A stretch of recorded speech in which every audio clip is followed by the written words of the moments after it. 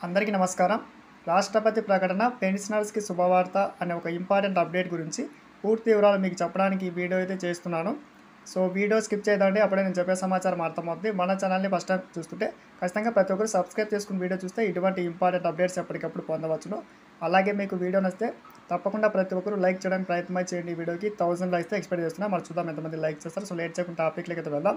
పెన్షనర్స్‌కి సంబంధించి రాష్ట్రపతి ఒక మంచి గుడ్ న్యూస్ అయితే అందించడమే జరిగింది. ముఖ్యంగా 2025లో పెన్షనర్స్‌కి భారీ మార్పులు అయితే రాబోతూ ఉన్నాయి. Government does approve A pension hike to 7,500 అని చెప్పి సమాచారమే చూడొచ్చు. ముఖ్యంగా తక్కువ పెన్షన్తో తీవ్ర ఇబ్బంది పడుతున్న పెన్షనర్స్‌కి మంచి ఊరటైతే లభించింది. 2025లో ఇక్కడ చూస్తూ ఉన్నాం.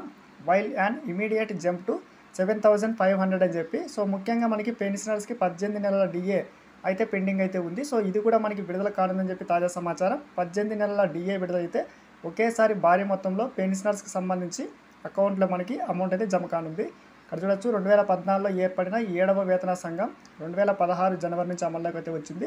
ఇప్పుడు మనకి కొత్త వేతన సంఘానికి సంబంధించి మనకి గ్రీన్ సిగ్నల్ వచ్చిన నేపథ్యంలో 2026 నుంచి మనకి కొత్త వేతన సంఘం అమల్లోకి అయితే రానుంది. కాబట్టి పెన్షన్ కూడా మరింత మనకి పెరిగేటువంటి అవకాశం అయితే ఉంది.